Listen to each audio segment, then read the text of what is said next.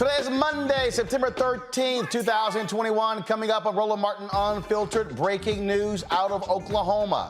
Well, the Pardon and Parole Board recommends commutation for death row inmate Julius Jones. Now it's up to Oklahoma Governor Kevin Stitt if Jones will be sentenced to something other than death. We'll talk with folks who've been fighting for his commutation. Many of you saw my appearance yesterday on ABC's This Week with George Stephanopoulos, where I challenged former New Jersey Governor Chris Christie on the role that he played in Donald Trump coming to power. Well, we're going to dig deeper today and show you some of that speech that Chris Christie gave at the Reagan Library, but many praised him for his forward-looking comments regarding the Republican Party. But no, I'm not done with Christie, and why he and others need to apologize and be held accountable for their actions in supporting Donald Trump for the past 4 years. We'll also talk on the show with former Congressman Joe Walsh, a former Donald Trump supporter, acolyte, who now says every Republican who supported Trump should be apologizing for what they did. You do not want to miss this Chris Christie deconstruction. Rayshard Brooks was shot and killed in a Wendy's parking lot by a white Atlanta police officer on June 2020. Now his widow is suing the city of Atlanta and the 2 cops involved. A Georgia art teacher is caught on video asking her students when it would be appropriate for her to say the N-word. Now parents want her canned. In North Carolina, Governor Roy Cooper vetoes the anti-critical race theory bill initiated by Republicans in that state. And we'll talk with fitness expert Jim Jones about the best way to sculpt your body. Traditional diet, exercise, or is surgery the option for you? It is time to bring the funk on Roland Martin Unfiltered. Let's go. He's got it. Whatever the miss, he's on it. Whatever it is, he's got the scoop, the fact, the find. And when it breaks, he's right on time and it's rolling. Best believe he's knowing. Putting it down from sports to news to politics. With entertainment just for kicks, he's rolling. It's on go, y'all. It's Roland Martin, yeah. Rolling with Roland now. He's funk, he's fresh, he's real, the best, you know he's Roland Martin now.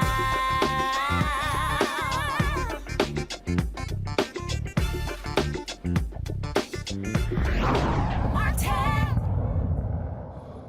Breaking news out of Oklahoma, where the death penalty case with Julius Jones is now in the hands of Governor Kevin Stitt. Today, the Oklahoma Pardon and Paroles Board recommended Jones' sentence be commuted. The board voted 3-1, with the 5th member recusing himself in favor of Jones' commutation. This is a story that has gotten lots of attention over the last several weeks as he was nearing an execution date. Joining us now is Reverend C.C. Jones Davis, Justice for Julius campaign director, and Julius' sister Antoinette. Glad to have both of you on the show. First and foremost, y'all were there in the room. Take us through exactly what happened as the board discussed this. How long were they there? How much time was actually spent discussing this commutation? So it started with the Howe family, and every party had up to 20 minutes. And then after the 20 minutes was up, then the Pardon and Parole Board would ask questions. And so there was no time limit on the questions asked. So after the Howe family, then the state presented their case for 20 minutes. And then after the state presented their case, there were a few questions asked by the Pardon and Parole Board. And then there was Julius's defense team. And after that, there were questions asked. And then after that, they took a 15-minute break. And then they came back and they brought down the rules of how things were going to go, how the victim's family, after the votes were counted, then the victim's family would leave first, and then we would leave second. Excuse me, the Pardon and Parole Board would leave first, and then the family would leave, and then Julius's defense team and members would leave. So after that, I will say, after they voted 3-1, it still hadn't clicked in my mind. And so the very first thing that I thought was, I need to pray for their family, because they had to go back all the way over this. They had to go back and present their case, they had it was rehashed for them. So I know it was very hurtful. Yeah. So us getting that win, it was still like I still felt pain in that room. So this was a statement from the chair of the board, Adam Luck. I believe in death penalty cases, there should be no doubt, and put simply, I have doubts in this case. I cannot ignore those doubts, especially when the stakes are life and death. Now, Julius has maintained his innocence after he was convicted of killing insurance executive Paul Howell in his driveway more than 20 years ago. So now explain to folks what this vote means. First of all, when you say a commutation, does that mean that that Julius can be sentenced to something other than death? Does it mean that Julius is going to be freed? Does it mean that this leads to another trial? So exactly what does this commutation actually mean? Yeah, great question. So commutation simply means it changes your sentence from one sentence to another. And so, of course, we were asking for a commutation of time served. The board today voted to recommend life with the possibility of parole, which I believe Julius is already eligible for. And so that's still good news for us. It's still good news for Julius. And so what happens next is that this recommendation goes to Governor Stitt's desk. And there's not, as far as I know, there's not a set amount of time a time frame for him to respond to this or sign off on this. But now he deliberates over the issues in the case, takes the recommendation of, hopefully takes the recommendation of his board and commutes Julius's sentence. But so this is, I guess, where it's confusing. So if you have the chair who says he has doubts in this case, okay, what did he have doubts about? Doubts as to whether Julius should be sentenced to death, or doubts as to whether Julius is actually guilty? Yeah, he had doubts about whether Julius was actually guilty. I don't think you could have sat in that room today and heard Julius's defense go through every detail of the case, of the issues, and not come away with doubts about Julius's innocence, Julius's guilt. And so I think they came to a conclusion in their own minds and hearts today, the same conclusion that the supporters we've had for quite a while now, as we've been fighting for Julius's life, that Julius Jones has been on death row for 22 years for a crime that Julius Jones did not commit. And I think his defense made that perfectly clear in that room today. And I understand that Mr. Luck had to put out a diplomatic statement, but anybody with eyes to see and ears to hear could have heard today that Julius is an innocent person. Now, the family did speak, the Howell family. One of the folks who spoke was the sister, Megan Toby, and she said, quote, "I know beyond a doubt Julius Jones murdered my brother." The governor does not have to follow the parole board's recommendation. He can follow it. He can amend it. He could, or he can simply ignore it. And so explain to the audience what's next. What's the next step? Is it waiting to see what the governor does? Yeah, the next step is to, turn our attention towards the governor's office and to try to talk to the governor's folks, if they will allow us, about why this case has been so important to us, why we feel like he should take the recommendation of his board. One of the things that the governor said when Julius's case was really starting to make national news was that he was listening to the people, and that he was going to deeply consider the recommendation of his board, and he was not going to act without the recommendation of his board. And so I have to trust that Governor Stitt is going to do what he said he was going to do, which was listen to the people and take the recommendation of his board. Listen, Oklahoma is a hard state, particularly when we're talking about an issue like the death penalty, when we're talking about issues of criminal justice reform in any way, right? It's a challenging state. But I am just believing that that we've come this far by faith, and we're gonna go the rest of the way. And so, and obviously there's been so much attention that has been around this particular case. Did y'all get a chance to actually talk to Julius today, and what did he say? How does he feel? So I talked to him this morning at 7. He called at 7:01. The first thing he said was, "Are y'all ready?" And I said, "We're ready, bro. We're ready. We're ready for you to come home." He said, "I'm ready to come home."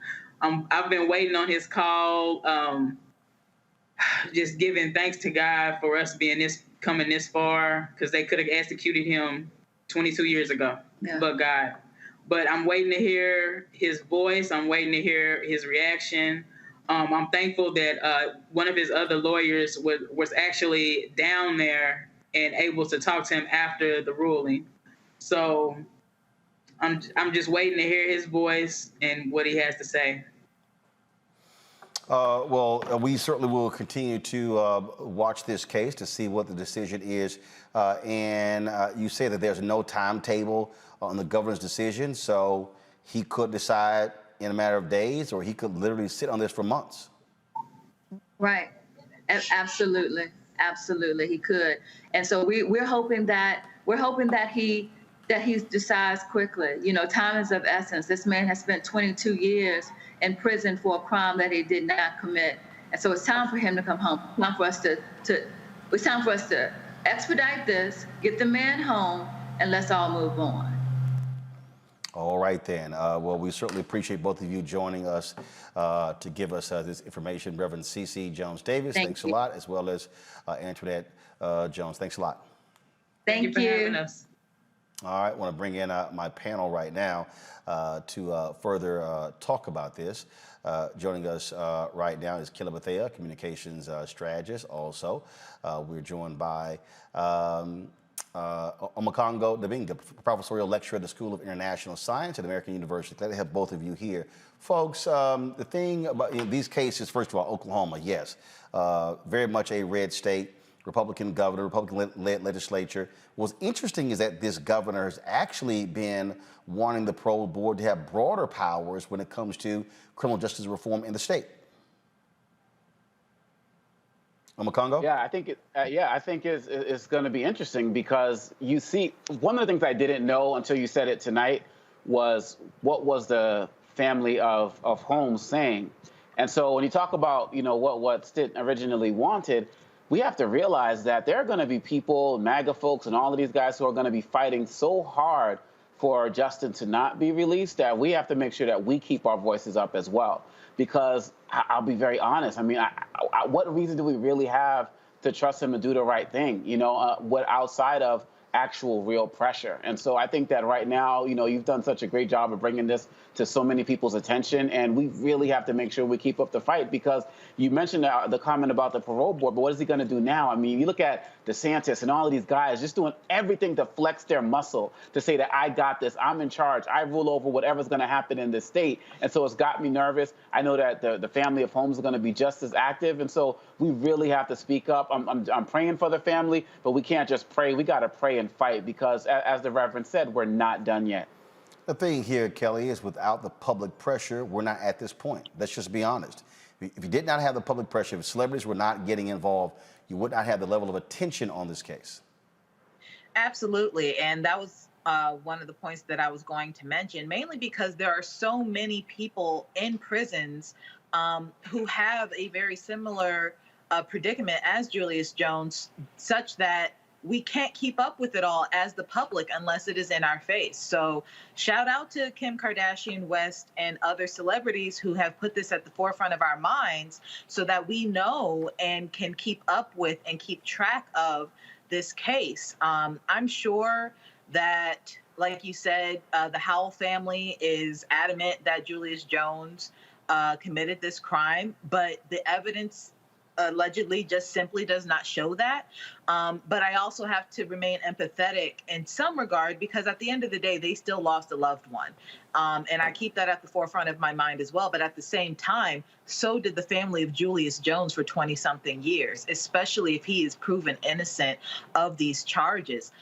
We have to keep that in mind as well. I would only hope that I personally would feel more guilty as a family member of the Howell family if I were to find out that this man has been in jail for 20-something years for a crime he did not commit.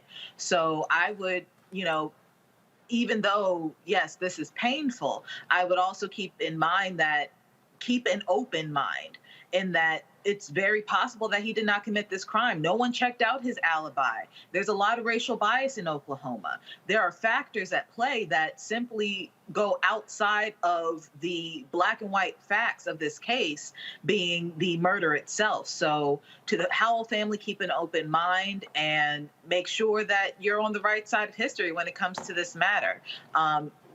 Again, there is a victim at play, but there are two victims at play here. So just, again, keep that in mind. All right, then. So again, folks, we will stay on top of this story and certainly keep you abreast of what actually happens. All right, let's go to our next story. Yesterday, I was on ABC Networks This Week with George Stephanopoulos, where we talked about a range of subjects, including a speech that Governor Chris Christie, former New Jersey Governor Chris Christie, gave last week at the Reagan Library. This particular speech has been lauded by a number of people because he talked about a path forward for Republicans and what they should be doing and what they should be doing when it comes to dealing with the conspiracy theorists and things along those lines. And so before I play the clip from the show, I think it's important to, first of all, lay out what he actually said, and then we'll get to exactly the exchange he and I had on ABC This Week that's been burning up social media for the past 36 plus hours. And so the speech took place at the Reagan Library. This is where a lot of conservatives go in order to sort of plant their flag, to stand in the glow or bask in the glow of Ronald Reagan, the aura of Ronald Reagan, of course, the Republican hero to so many people. And many believe that Chris Christie is planning to run for president in 2024. Donald Trump has already made it clear that he is also going to be running in 2024 as well. And so let's deal with this here. And so he lays out this vision of where they're going. And so he talks in the speech about the Republicans falling into quicksand. So listen to this. As Republicans, we need to free ourselves from the quicksand of endless grievances. We need to turn our attention to the future and stop wallowing in the past. We need to face the realities of the 2020 election and learn, not hide from them.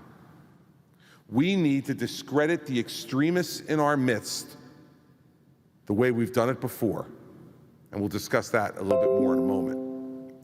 We need to renounce the conspiracy theorists and the truth deniers, the ones who know better and the ones who are just plain nuts.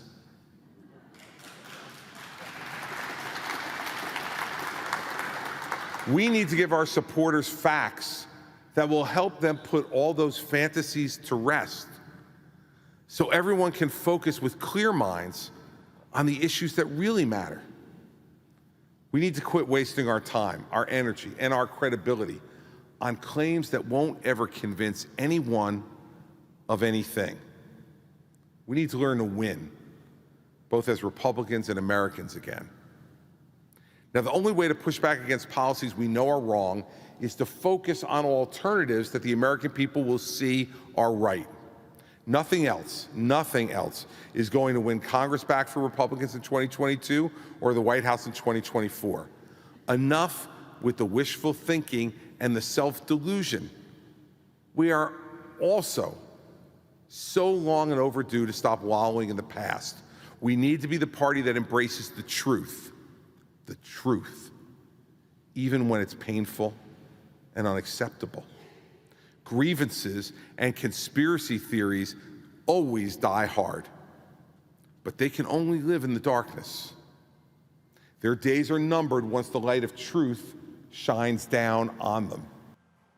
Now, it is clear Chris Christie is talking about Donald Trump. But you notice nowhere in there he actually names Donald Trump. He's laying out all of these things that Donald Trump has literally created in the last several years.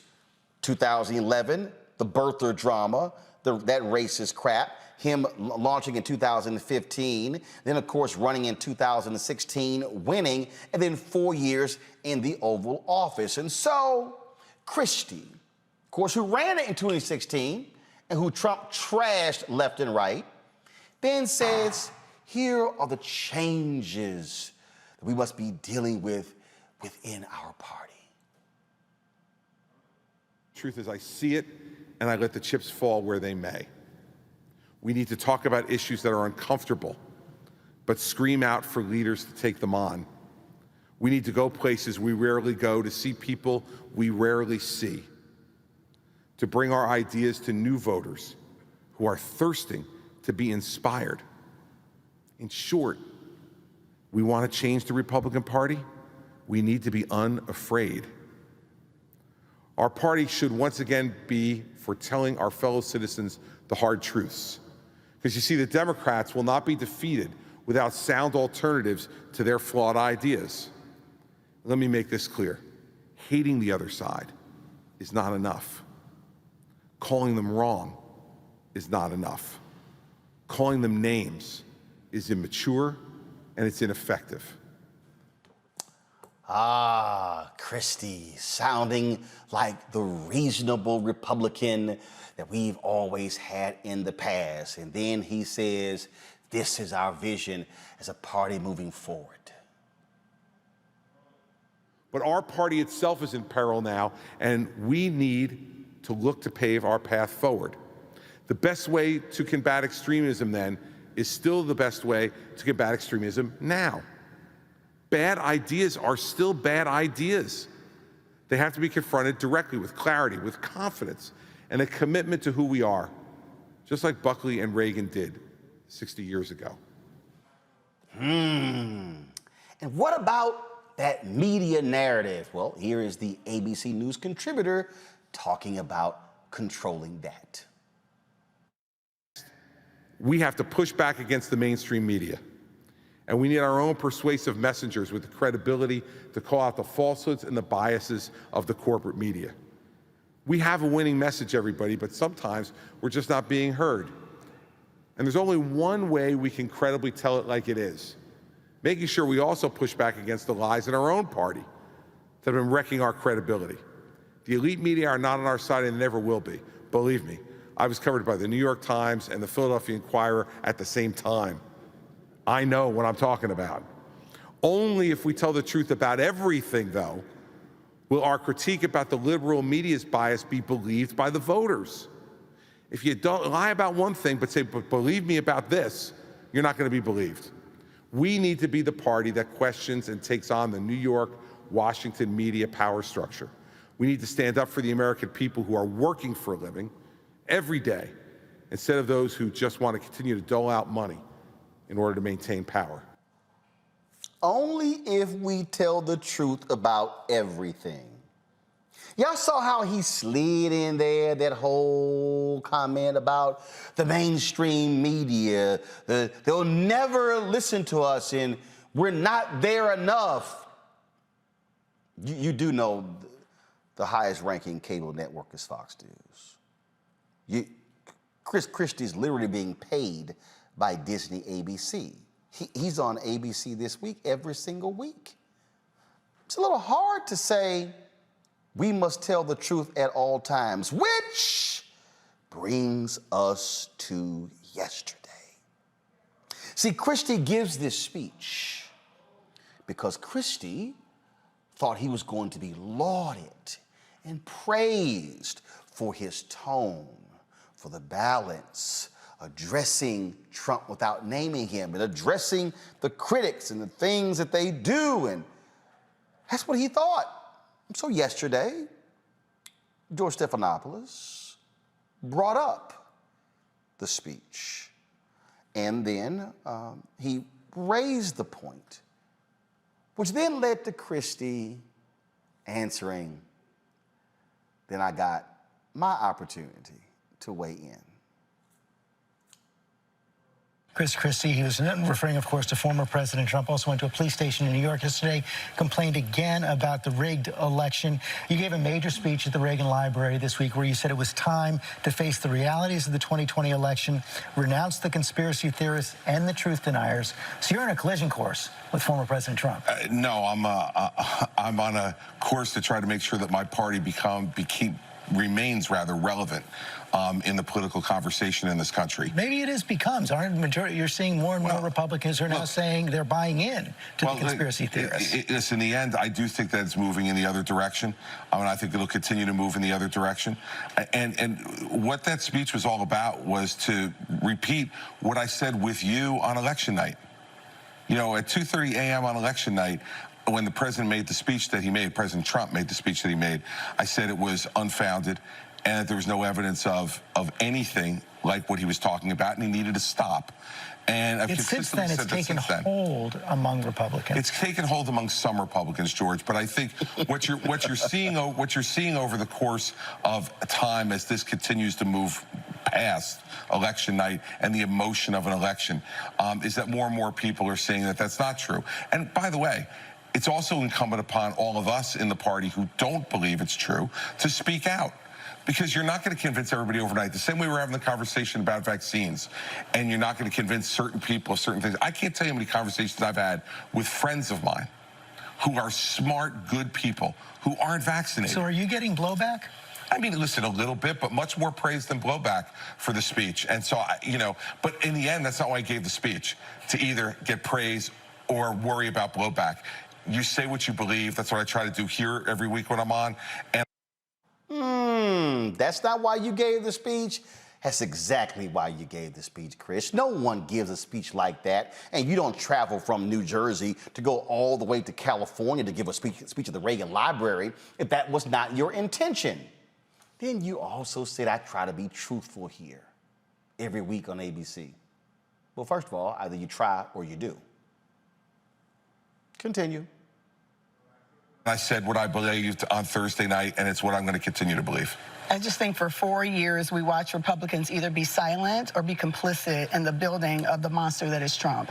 And even post-Trump, there are still Republicans who are bolstering him, supporting him. So I feel like too little, too late. The reality is real leadership is stepping up to the man at the time he was in the seat and saying that we won't budge. And there was none of that. And unfortunately, I don't know what the future of the Republican Party is. There's so many folks who are now swinging closely. We think about the 47 states that have legislation trying to keep people from voting based on the big lie that we know was not true. We think about January 6th and the insurrection that happened on the structure of democracy itself and democracy. And there are Republicans who don't want to have an investigation into that. So this Republican Party is way far gone. And unfortunately, too little, too late. Hold on. I want to get another Republican perspective here from Sarah. They're seeing debate there.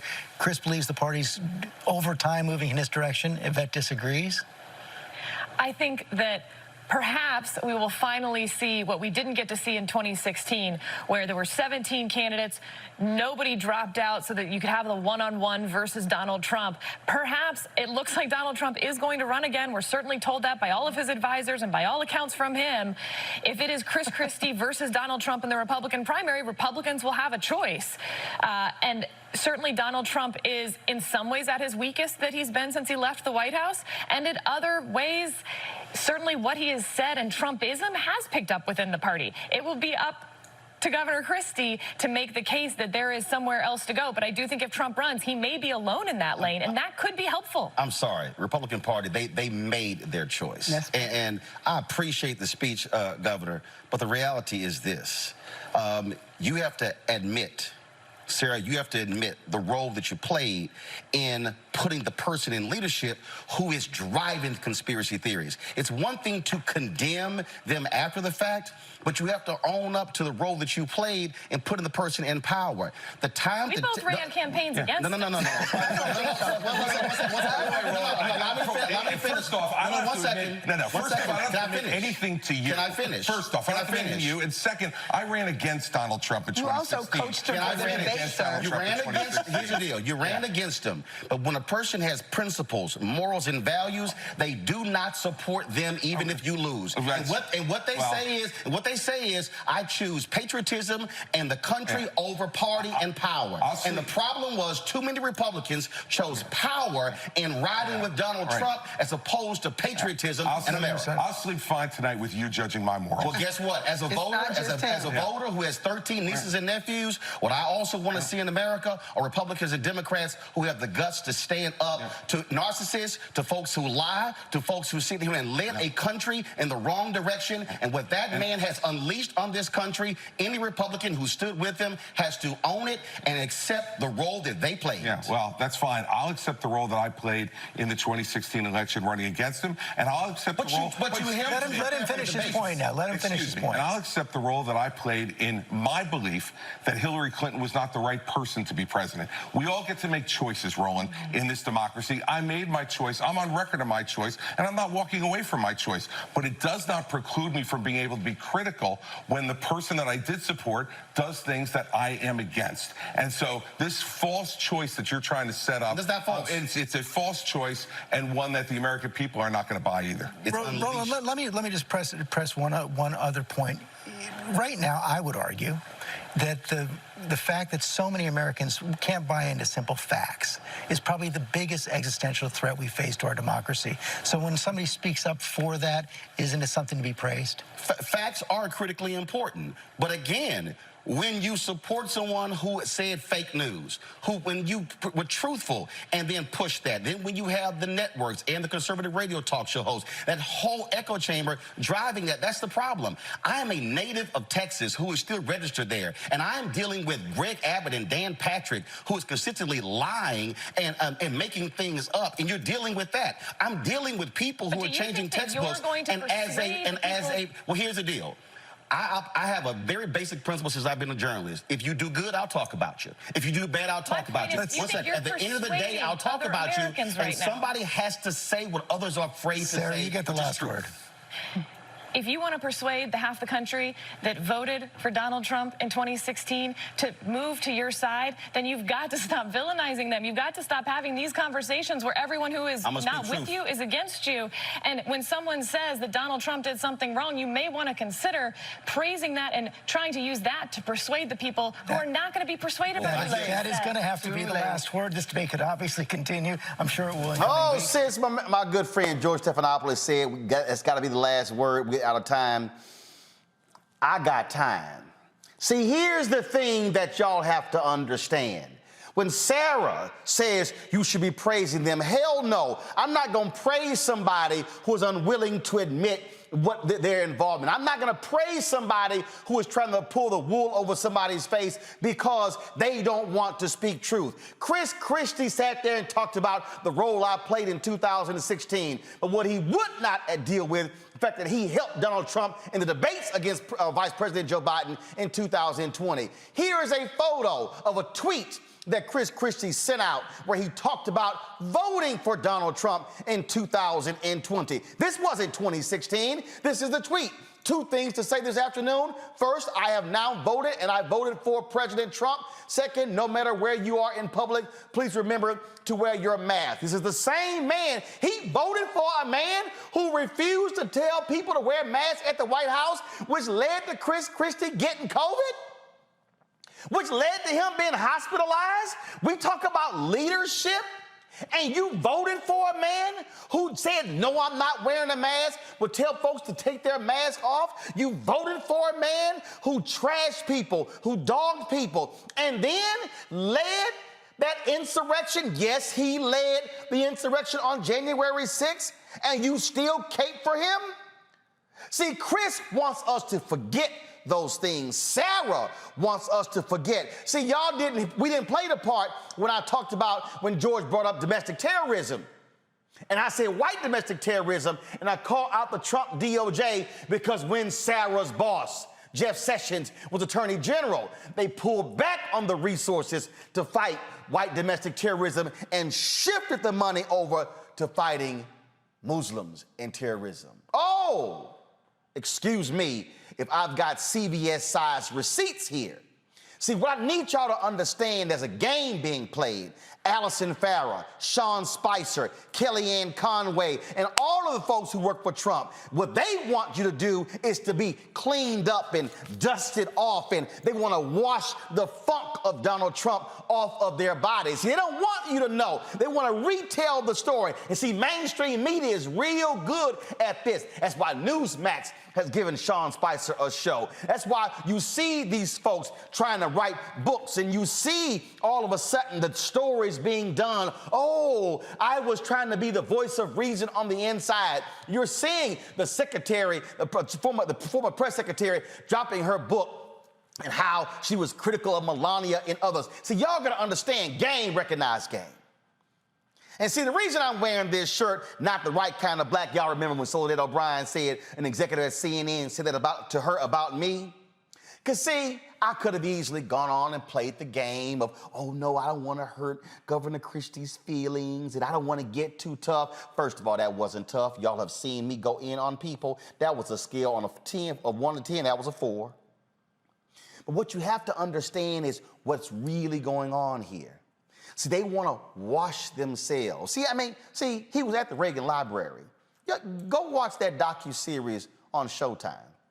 I know a lot of conservatives, Republicans love Ronald Reagan, but you're going to understand what Ronald Reagan was saying in the 60s and the 70s. So he opened his campaign, the same place where those 3 civil rights workers were found murdered in Mississippi, gave a speech on states' rights. He knew what he was doing. He knew what he was saying. But see, we're so good at, no, we don't want to talk about that sort of stuff. No, we're going to talk about it. And see, Chris Christie has refused to own up to what he did. He has refused to own up to the advice that he gave Donald Trump. He has refused to actually say what he did. He played a role because Chris Christie had an option. He could have not endorsed Donald Trump. He could have not campaigned for Donald Trump. He could have not advised Donald Trump. He could have said, I'm taking a pass. But why did he do it? For the same reason the rest of them did it. Power, party.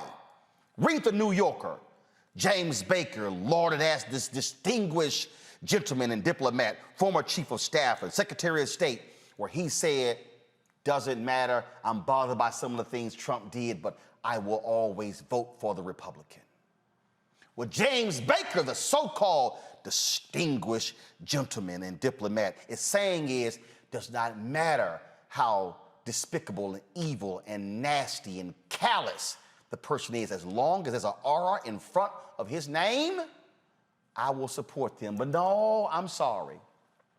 When your mama and daddy has taught you values and principles and morals, you say, I can't stand with you if you simply violate those principles. And that, folks, is Chris Christie.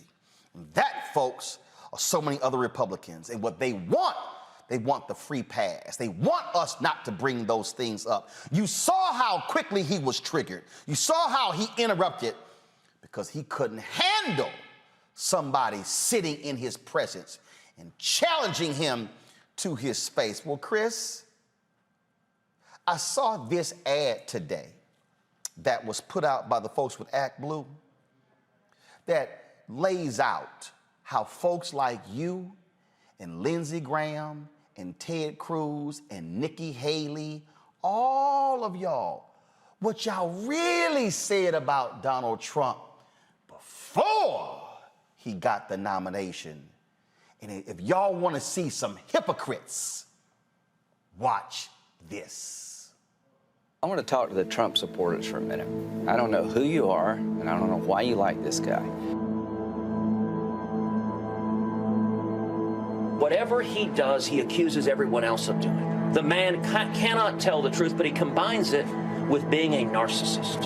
A narcissist at a level I don't think this country's ever seen. And my concern is that he would grab up that power and really treat the country as sort of his little bully fiefdom. Donald Trump is everything I taught my children not to do in kindergarten. He's been exploiting working Americans for 40 years. He's a race-baiting, xenophobic, religious bigot. He says he's for the little guy, but he's actually built a lot of his businesses on the backs of the little guy. You know, Donald Trump the other day said that, it, quote, if he tells a soldier to commit a war crime, the soldier will just go do it. And I don't think Donald Trump has even read the Constitution, knows what's in the Constitution. A toxic mix of demagoguery and mean-spiritedness and nonsense. I just cannot support Donald Trump. Donald Trump is a delusional narcissist and an orange-faced windbag. Donald Trump is a con artist. He doesn't know the difference between truth and lies. He lies practically every word that comes out of his mouth. I think he's a kook. I think he's crazy. I think he's unfit for office.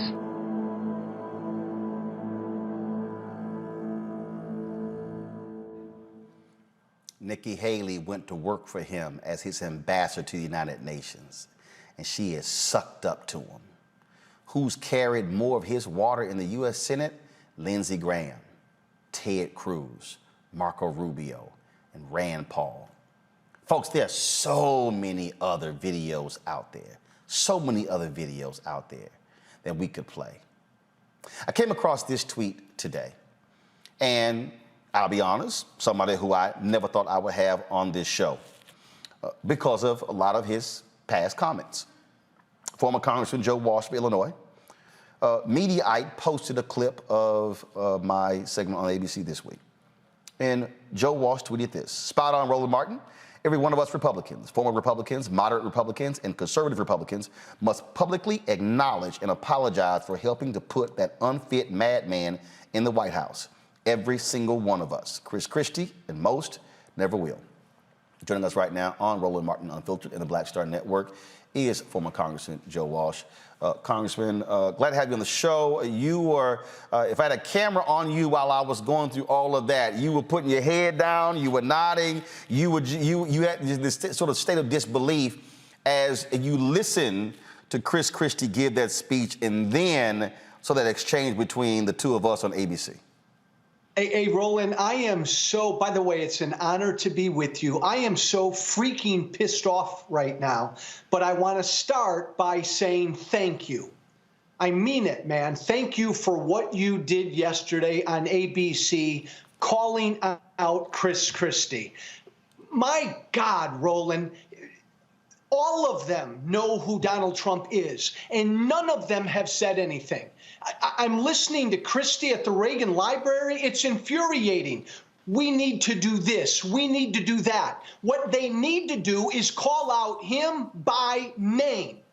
But Roland, you know, and you said it beautifully, none of them will, because if you do, you end up like this former congressman. You're done in the Republican Party. If you call out Trump by name and say he's an unfit madman, then you're done in conservative talk radio like I was. And Chris Christie, what a bunch of bullshit. What a bunch of cowardly bullshit. He can't even, and Roland, you did a great job, because Christie kept going back to 2016 yesterday. Oh, I ran against him in 2016. For 4 years, he sucked Donald Trump's feet. He tried to help him get reelected in 2020. Look, Roland, I screwed up. I voted for Trump in 2016. In a nanosecond after that, I realized how unfit he was, and I lost everything. Chris Christie was still trying to help this guy get reelected? I get it. I'm not naive, Roland. I get it. You said it. If you do what I did, you're done in the Republican Party. And screw Chris Christie and Rand Paul and all these other guys. because they've sold their soul. I'm sorry. And that right there is the biggest thing for me, because they love talking about integrity and honor and principles and valor and value. They love touting their Christianity and their faith. And they stood with a faithless ghoul, a man who has no bottom, a man who will throw anybody under the bus. Chris Christie kissed his ass after losing, endorsed him. Trump put him in charge of his transition team. What happened? His son-in-law, Jared, I don't want him. Trump dumped him because Christie prosecuted Jared's daddy. After trashing this man, Trump would talk about the man's weight in public and how he would just do whatever and would just kiss his butt. Christie's still going back, still going back, still going back, still going back. Hell, he caught COVID by kissing his butt by being at the Amy Coney Barrett super spreader event at the White House, the same one where Bishop Harry Jackson was, the same guy who preached in the Oval Office on Easter Sunday and died a few months later of COVID, and Trump never even mentioned the man's name, never even sent a tweet out. And these folks, see, I would just rather Lindsey Graham and Rand Paul and Ted Cruz and Christie and the rest of them just come out and say, hey, I'm here to kiss his ass because I want to get paid. I want to have power. I want to have proximity to power. That's why I'm doing it. But don't sit here and act as if we don't know what the hell's going on. Hey, Roland, when I was in Congress, I was the poorest member of Congress.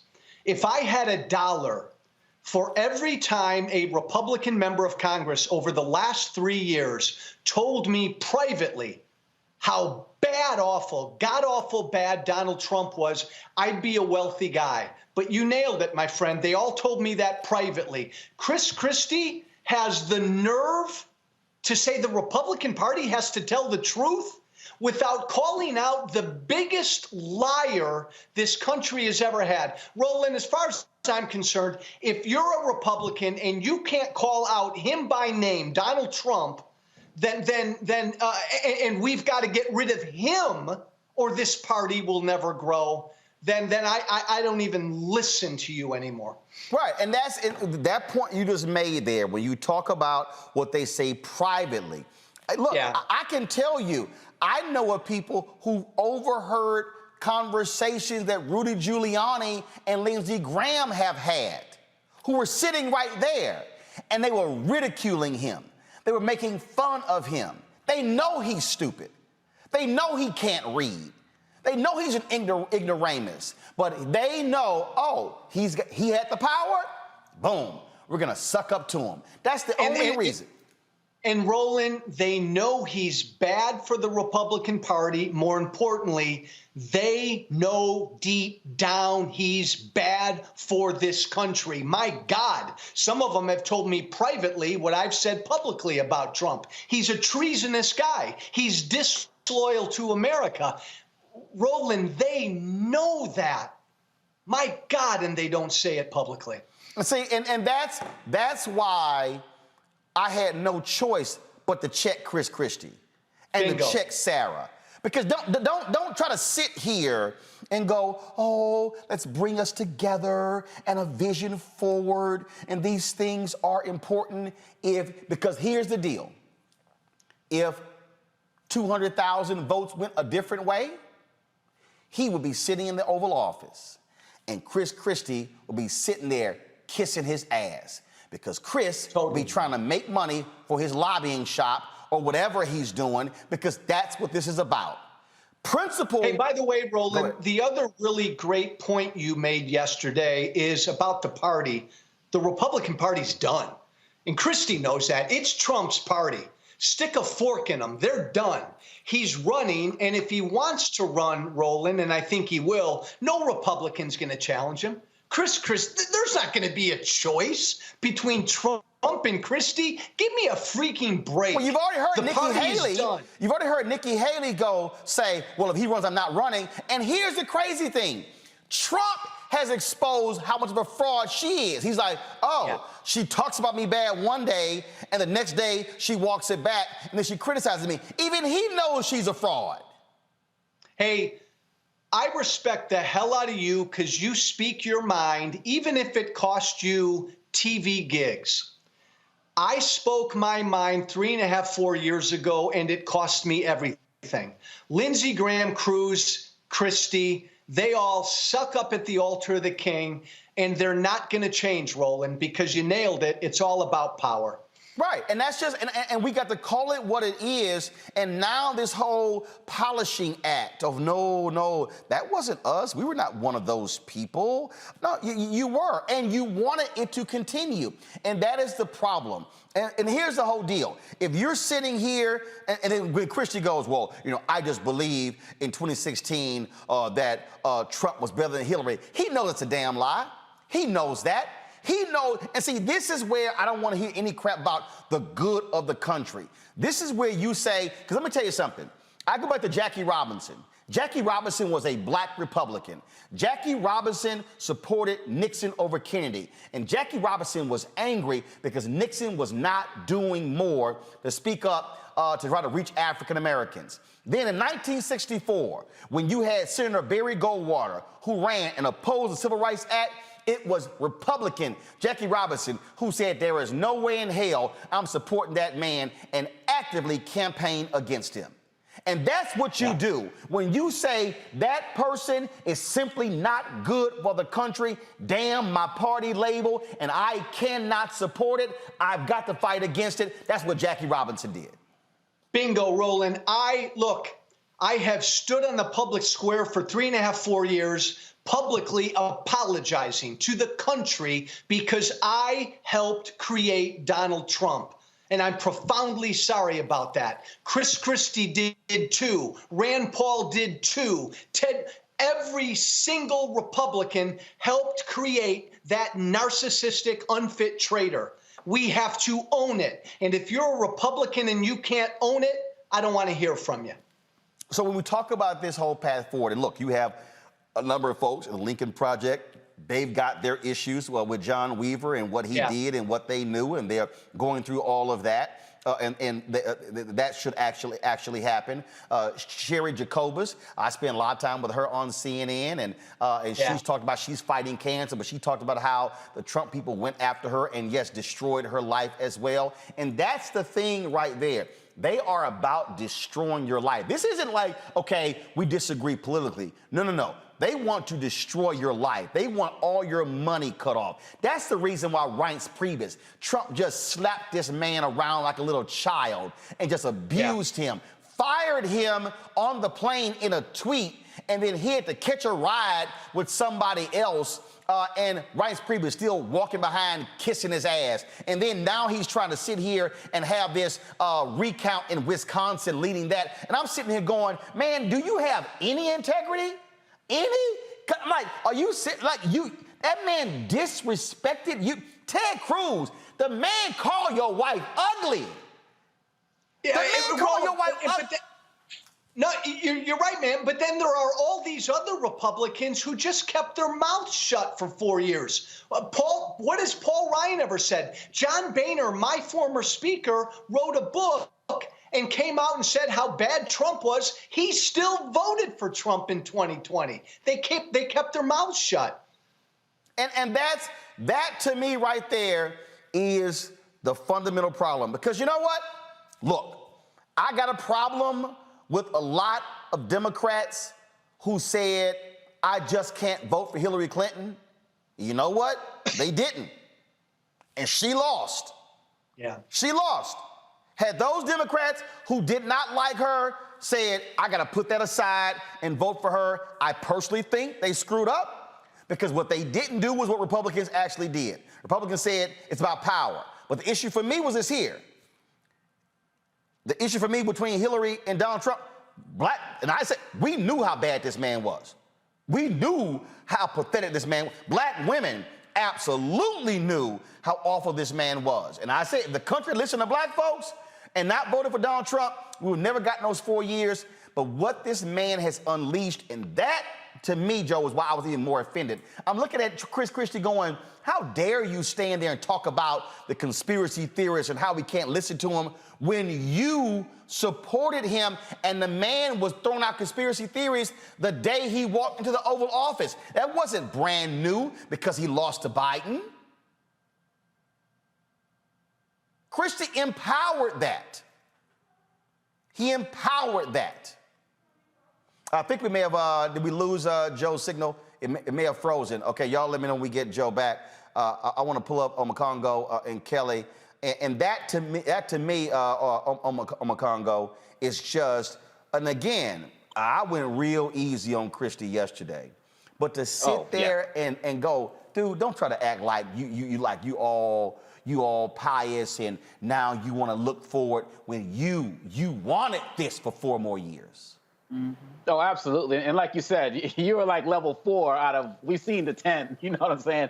Look, it's ridiculous because one of the things we also didn't mention that just in May of this year, Christie told Sean Hannity that he would give Trump an A on his presidency.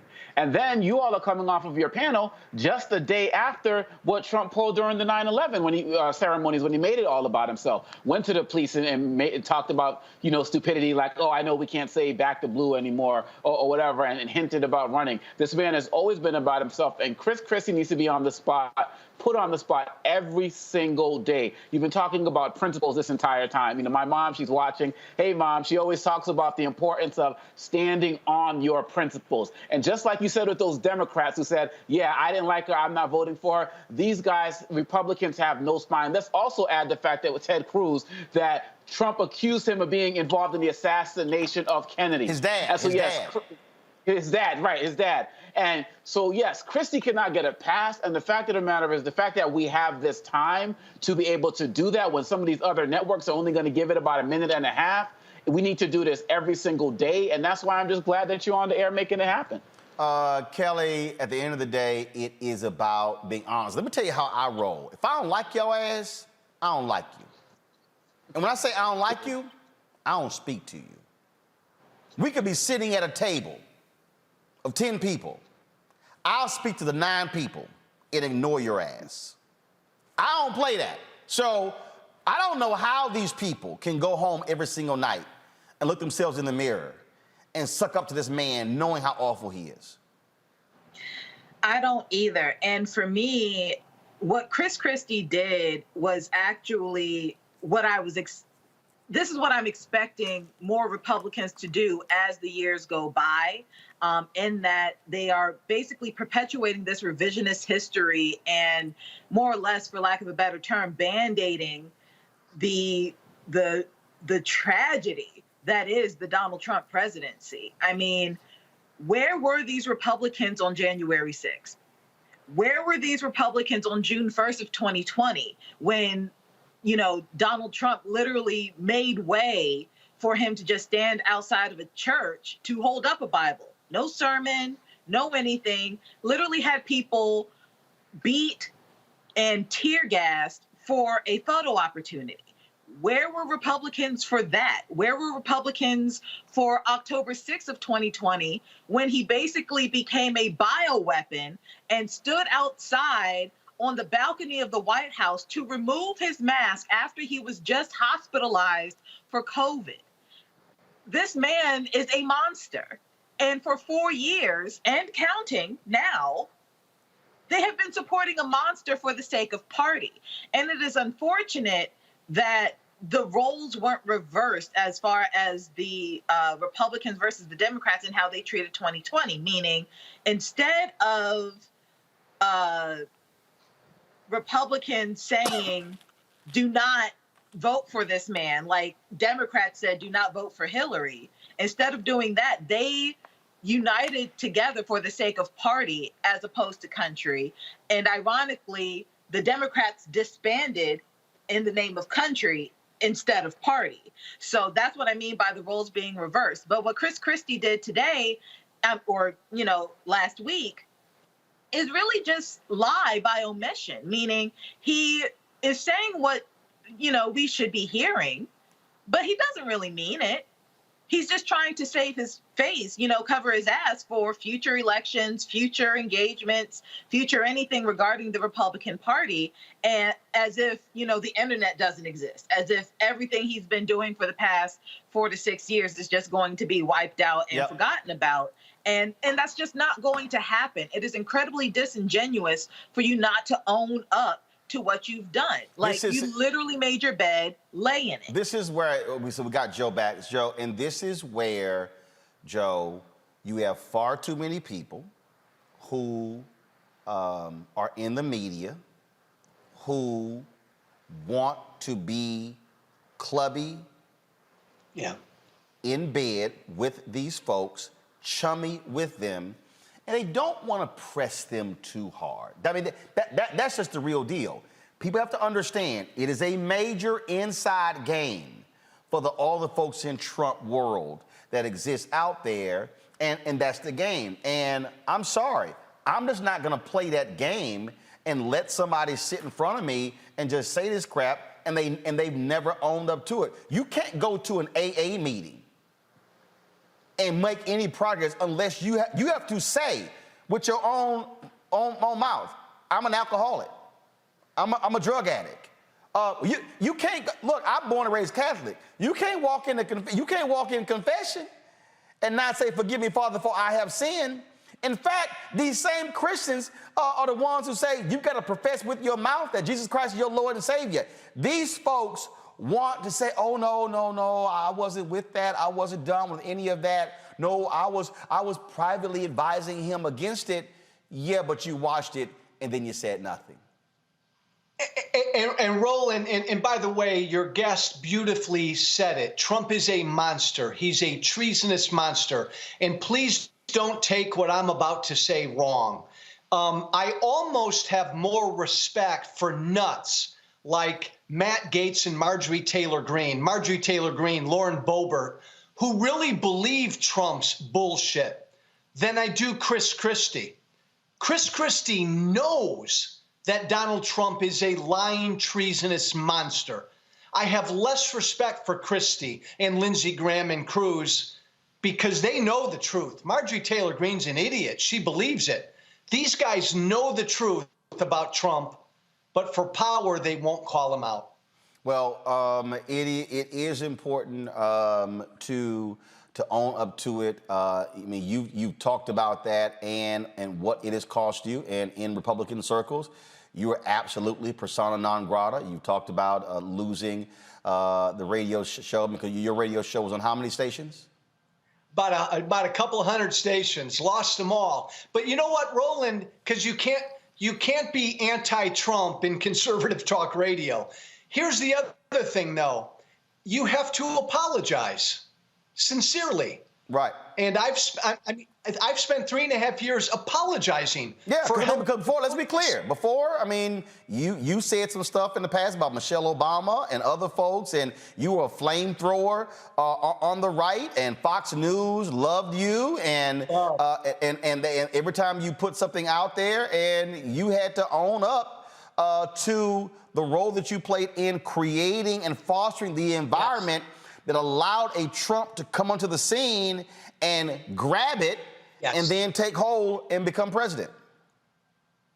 Hey, Roland, I helped create that. You agree with me, I think. The GOP base has been radicalized. Oh, absolutely. What President George W. Bush said on Saturday, he was talking about the Republican Party in terms of the similarities between the radical, I call them domestic terrorists in the United States, and the folks who attacked us on 9/11 in terms of what their goal was. He didn't name Trump, he didn't name party, but everybody knew exactly who he was talking about. And all of us Republicans and people like me, Roland, we helped radicalize the base so that when Trump came along in 2016, the demagogue he was, they were primed for him. We got to own that, apologize for it. So what are you, last question for you, in terms of moving forward? I think you're going to see more speeches like this, and I'll give you a perfect example. People laud Senator Mitt Romney. I don't. You know why? Because he gave that speech, all that hoopla before Trump got elected, and then was kissing his ass trying to meet with him to become his Secretary of State. And see, that's the same thing. Say, I'm sorry, you don't play with evil.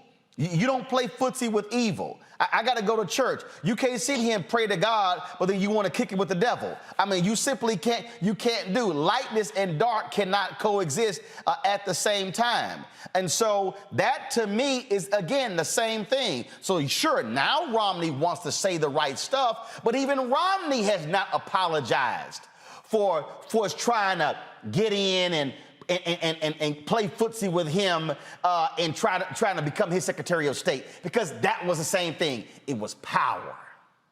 It was power, Roland. And Mitt Romney, I respect him. He didn't even say who he voted for in 2020. Come on. Here's the deal. The Republican Party is Trump's party. He's got the party by the balls. It doesn't matter what people like Chris Christie say. Donald Trump owns the base that is now radicalized. If he wants to run, Roland, the nomination is his, and nobody will challenge him. And the fear that I do have, is that his radicalized base, because he lost, will be even more fervent. Two, unless Senators Joe Manchin and Kyrsten Sinema get off their asses and pass the For the People Act, what the Republican legislatures are doing, they are literally positioning states to steal elections. And this thing is real in terms of what's happening. Hey, Roland, you've got Larry Elder out in California today who refused to say that he would accept the results of the election, win, lose, or draw. This is now the Republican mantra. They will never lose another election fairly. It will all be because of fraud. That's Donald Trump's, oh, I got to watch my language. That's his legacy. The show's called Unfiltered for a reason. Go ahead. That's his fucking legacy. Roland, that is Donald Trump's fucking legacy. He has stuck a stake through the heart of our democracy. I'm sorry. It's all truthful. Former Illinois Congressman Joe Walsh, we appreciate you. Thank you, my friend. I've been on the show. Thanks a lot. Thank you.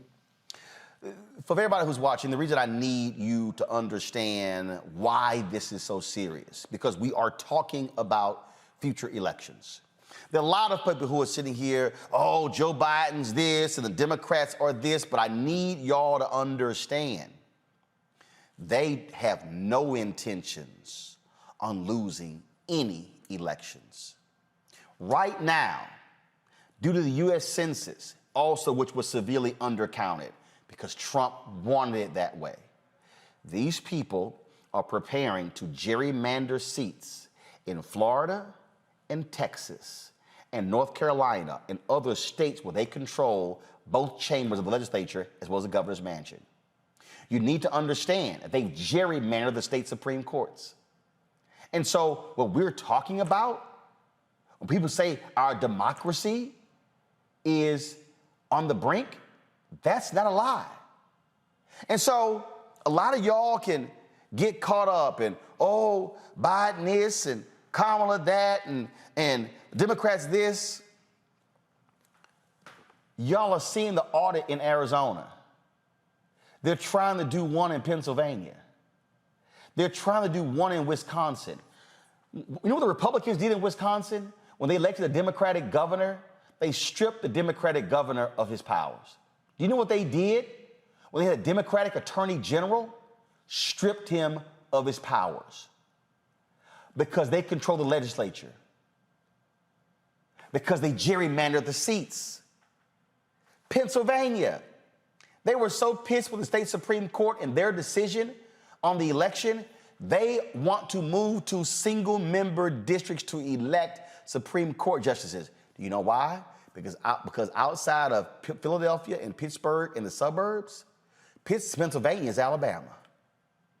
And they want to guarantee They control the state Supreme Court. They say never again. North Carolina, they tried it. Same thing. Florida. They are to control the state Supreme Court in Florida, all Republicans. Texas State Supreme Court, all Republicans. Louisiana, they control the Louisiana Supreme Court. Mississippi Supreme Court, Alabama Supreme Court, Arkansas Supreme Court. Y'all need to understand what is going on. This thing is bigger than me taking it to Chris Christie. You need to understand what the strategy is.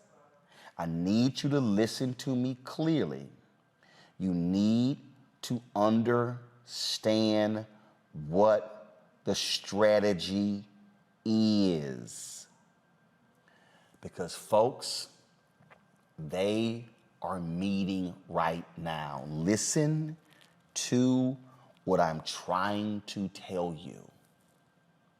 The Federalist Society is meeting to figure out how can we get 9 conservative Supreme Court justices. They are plotting to figure out how can we further pack the appeals court. Donald Trump appointed 25% of the federal judiciary. I just need y'all to understand what's going on here. While a lot of y'all are caught up in these games of who's perfect and who's saying the right thing and who's doing the right thing and they're not doing everything I want, the other side is sitting here saying, we want to control it all. We want to run it all. We want to put our people in place in every position, and you will have nothing to do with it. When you start saying, oh, but I want to focus on the mayor, guess what? They will start challenging laws. And if they control the federal courts, you lose in federal court. I need everyone listening to the sound of my voice to understand that what the Republican Party is doing today is complete outgrowth of what we achieved in the 1950s and 60s. Listen to me clearly, please. I need you to understand the Scaife-Mellon family and the billions they had funded many of these conservative think tanks. They are funding the Heritage Foundation. They're funding all of these groups. It's not just the Koch money, folks. They are funding the Manhattan Institute. They're funding the Daily Wire and the Daily Signal and the Daily Caller and Breitbart. They're funding Salem Radio, which controls conservative talk radio. They are funding all of these things. They are funding all of these. They fund Media Research Center also, which has Newsbusters, a right-wing group that actually put out a clip. They thought it was going to fire their base up. That clip has been seen nearly 1 million times on Twitter of my segment, and it really caused other people to respond. Y'all don't fully understand what's at play here. Democratic billionaires don't understand. Don't y'all know they are hoping George Soros would just die? Because they can't stand that a billionaire progressive is using his money to fight them. Y'all, yesterday was way bigger than Chris Christie. And I'm telling you, I know Chris Christie, his buns were hot. Because see, he thought he was gonna get, and it never dawned on him that I would be sitting across from him and would light that ass on fire. and I will do it every single time. Oh, I'll be respectful. I'll be truthful. But I am not going to sit idly by and watch what these folks are doing. See, you might be sitting here saying, Roland, where does all this come from? I need you to understand that I am from Texas. And I need you to understand that there's something in that water in Texas that causes us to be unwilling to accept the BS and to accept the nonsense. And I remember a sister from Texas, the first black woman elected to Congress since Reconstruction. I remember when she sat in the midst of all of those white men in Congress in 1974 and said this. Debate not to exceed a period of 15 minutes. Thank you, Mr. Chairman. Mr. Chairman, I join my colleague, Mr. Rangel, in thanking you for giving the junior members of this committee the glorious opportunity of sharing the pain of this inquiry. Mr. Chairman, you are a strong man, and it has not been easy, but we have tried as best we can to give you as much assistance as possible. Earlier today, we heard the beginning of the preamble to the Constitution of the United States. We the people. It's a very eloquent beginning. But when that document was completed on the 17th of September in 1787, I was not included in that we the people.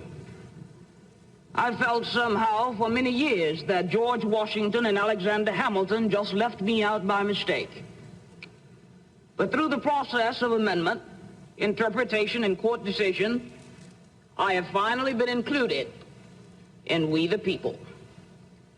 Today I am an inquisitor, and hyperbole would not be fictional and would not overstate the solemnness that I feel right now. My faith in the Constitution is whole, it is complete, it is total. And I am not going to sit here and be an idle spectator to the diminution, the subversion, the destruction of the Constitution. I will not sit here and be an idle spectator. She said that in 1974. And I will not be that in 2021. Going to a break. You're watching Roland Martin Unfiltered on the Black Star Network. I believe that people our age have lost the ability to focus the discipline on the art of organizing. The challenges, there's so many of them and they're complex. And we need to be moving to address them. But I'm able to say, watch out, Tiffany. I know this road. That is so freaking dope.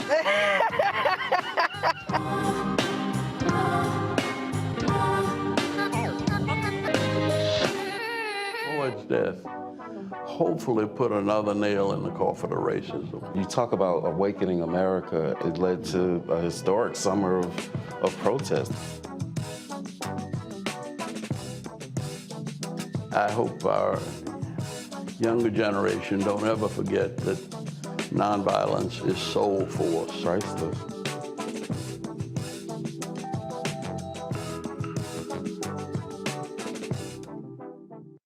Hello, everyone. It's Kiara Sheard. Hey, I'm Taj. I'm Coco. And I'm Lily. And we're SWV. What's up, y'all? It's Ryan Destiny, and you're watching Roland Martin Unfiltered.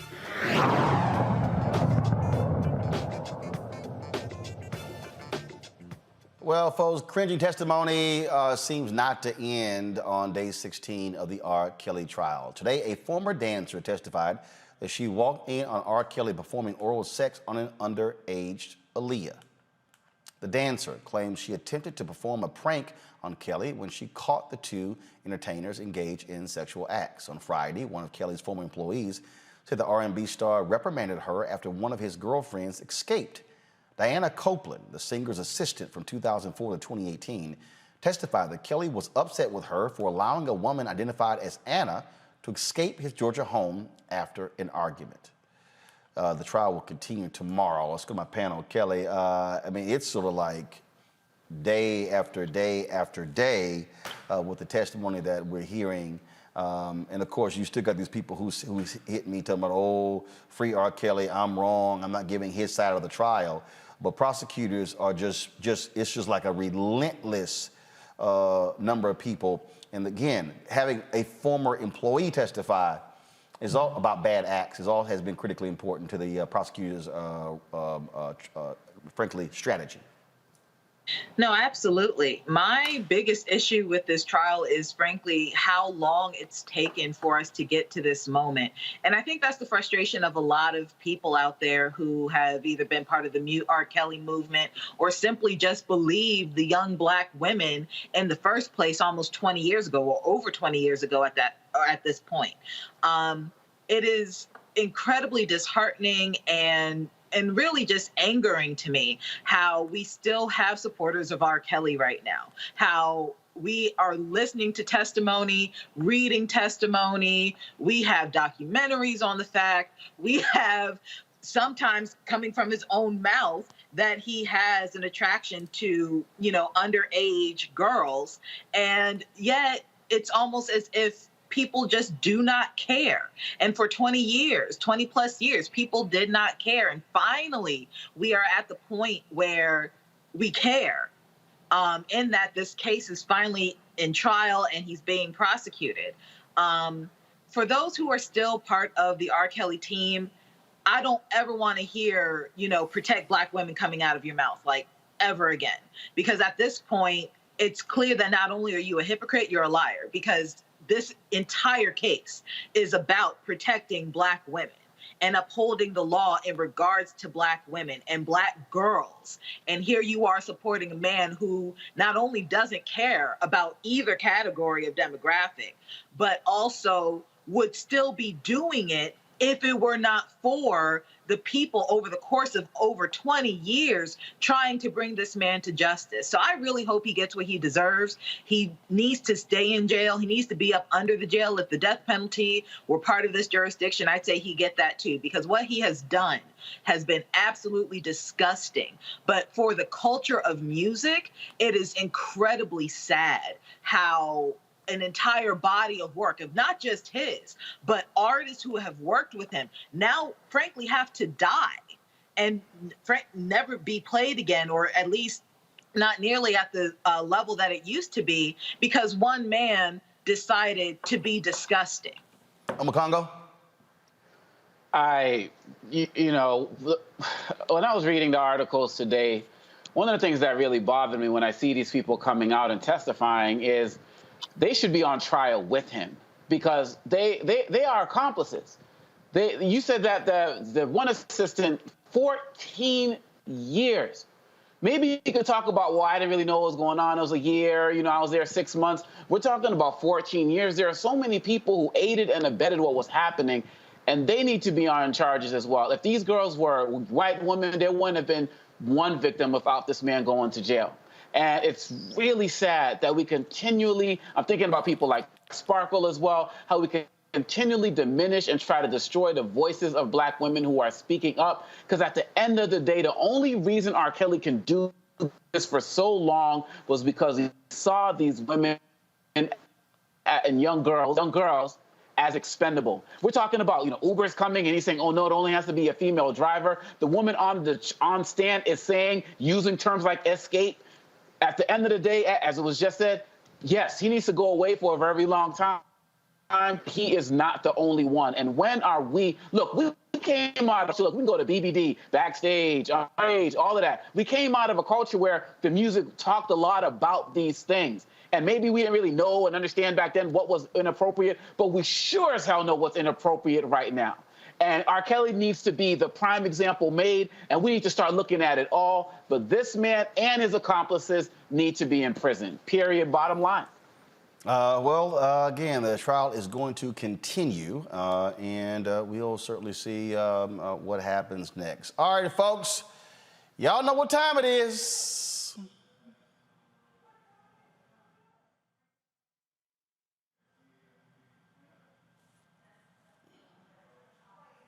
No charcoal grills are allowed.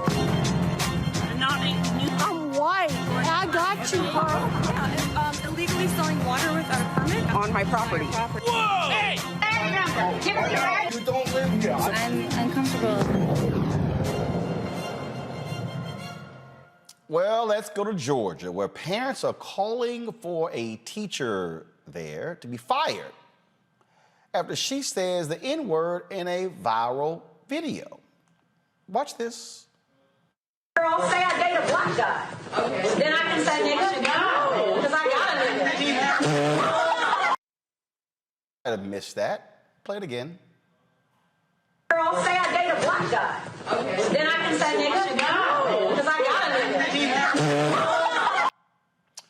Alexandria Boynton, an Alcovey High School art teacher, sitting on the desk discussing when it's okay to use the N-word. 2 years ago, Boynton was named Teacher of the Year. Now students and parents are calling for her job. The art instructor is currently on administrative leave. She says in the video that if she starts dating a black guy, she can say nigga.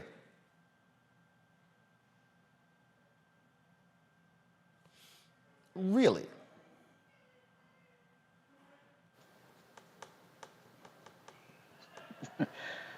Yo, homegirl was just, you could tell this is part of her daily vocabulary because she was just all too comfortable, just the way she just put it out there like that. And so, look, people have all of these debates and conversations. I was just talking about it at my students at American Today in class.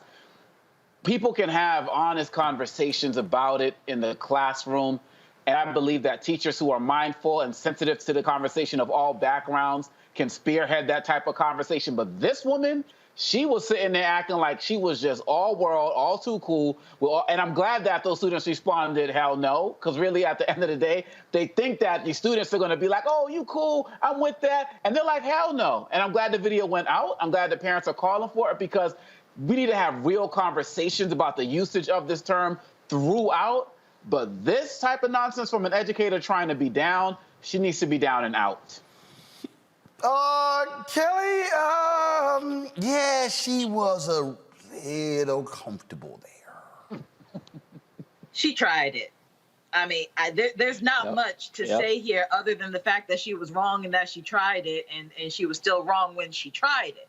At no point should you even, any profanity in the school should be, banned.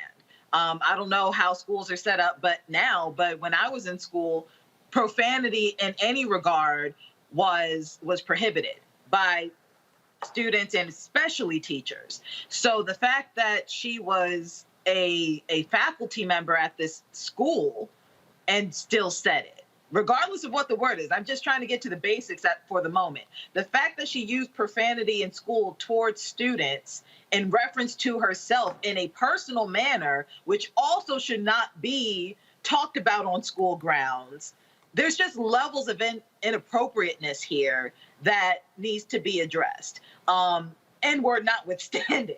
Again, she was way too comfortable with that word, but just from an administrative perspective and just getting to the point, she was wrong just from being a faculty member. And I don't know whether it was because she was an art teacher and she thought, she has license because it's more creative space and more liberal. But again, you tried it and you failed.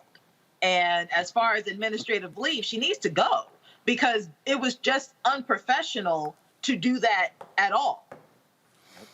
Yep. Well, there's another. Oh boy. No charcoal grills are allowed.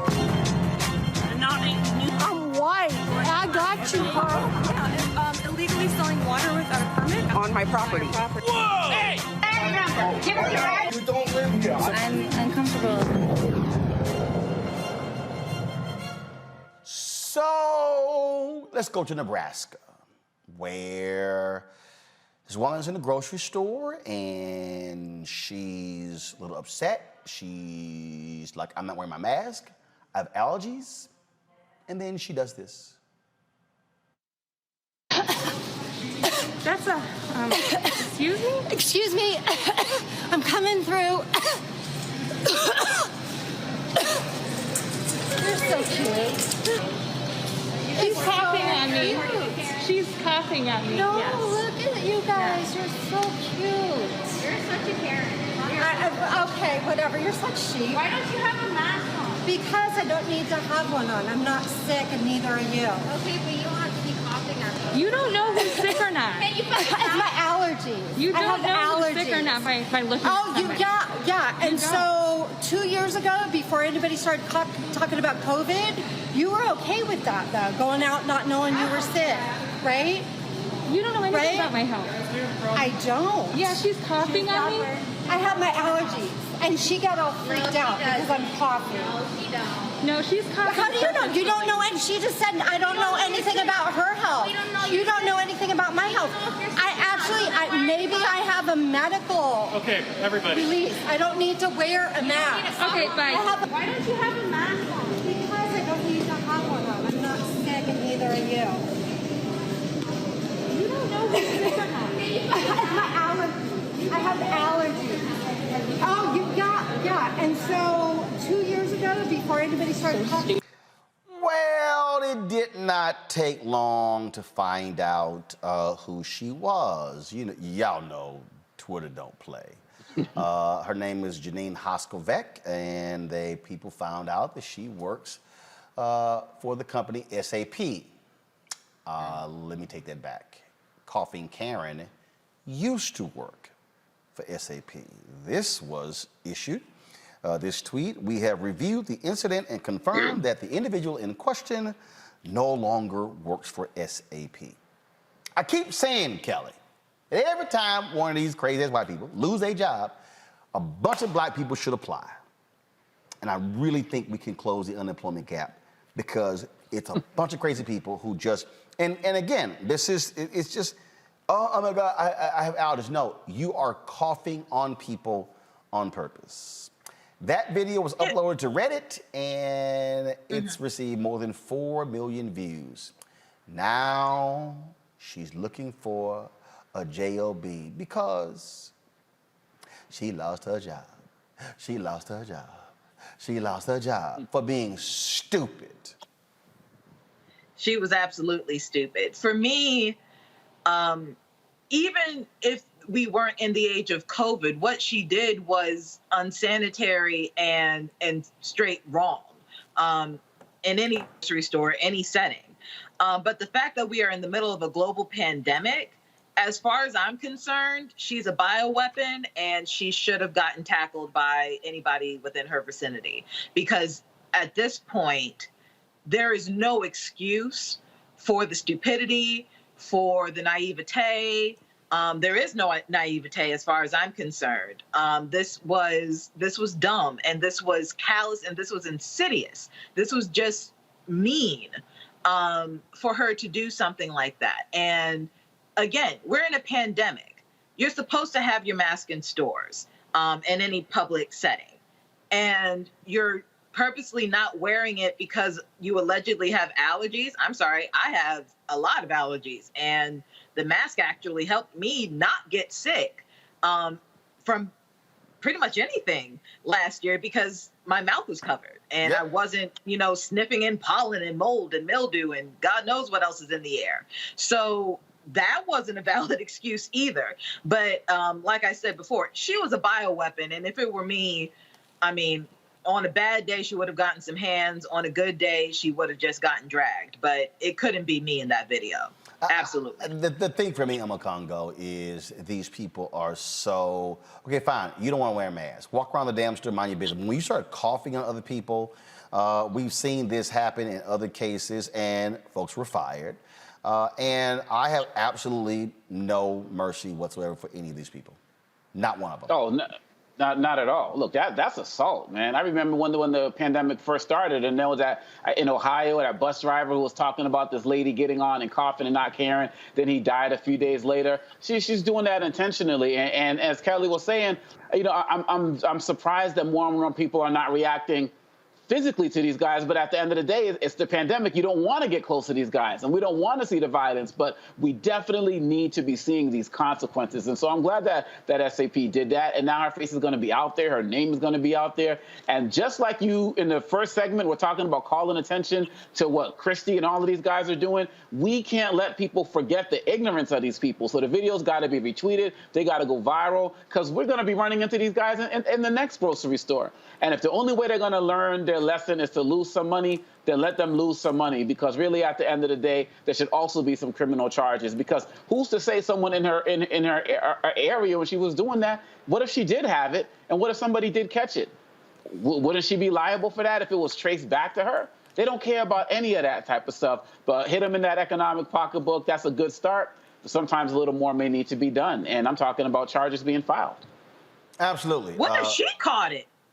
You know what I'm saying? It's not even about if she spread it. What if she caught it? But they don't. But in their minds, they don't care. I mean, because look. And that's my point. Because I'll show you. I'm gonna show you this here. So this is from Raw Story. They posted about 42 minutes ago. Colorado pastor who mocked AIDS deaths and spread vaccine conspiracy theories.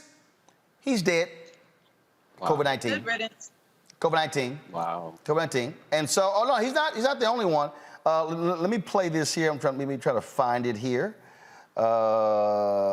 This is, again, I just want people to understand, again, these people who are putting all this COVID stuff out there, they make no sense whatsoever. There was one woman who was, same thing, she was in a store. She was in a store. She absolutely was against mask mandates. She didn't like them. She was upset. If I can find the video, man, it'd be great. So she, this woman here, was caught on video in a mask and was going through, I have a medical condition. I'm not wearing a mask. I don't care, and I have it. She's an anti-masker. She's dead. She got COVID.